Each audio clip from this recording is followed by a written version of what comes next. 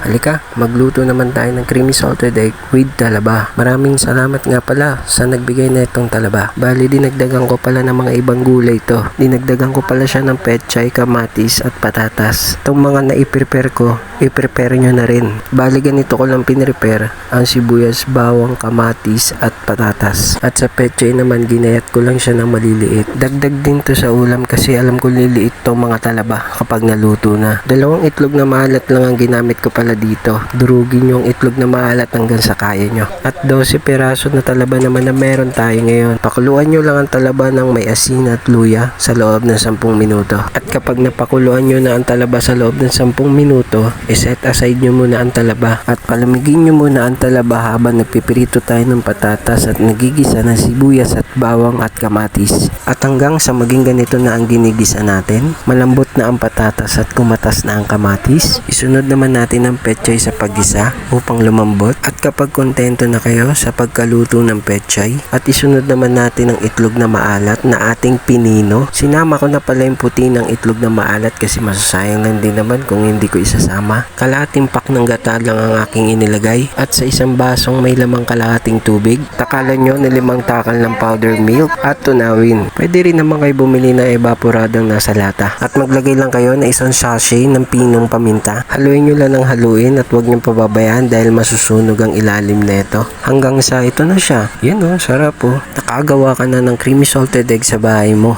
Sundan nyo lang yung pagkakasunod-sunod ng aking pagluluto at i-prepare nyo na yung mga kailangan sa pagluluto para hindi na kayo nalilito. Siya nga pala, kung umabot ka hanggang dito sa video na to, naglalambing ako na sana paki-like, share, comment, and subscribe. Malaking tulong yun sa mga katulad kong gumagawa ng ganitong video. Maraming salamat!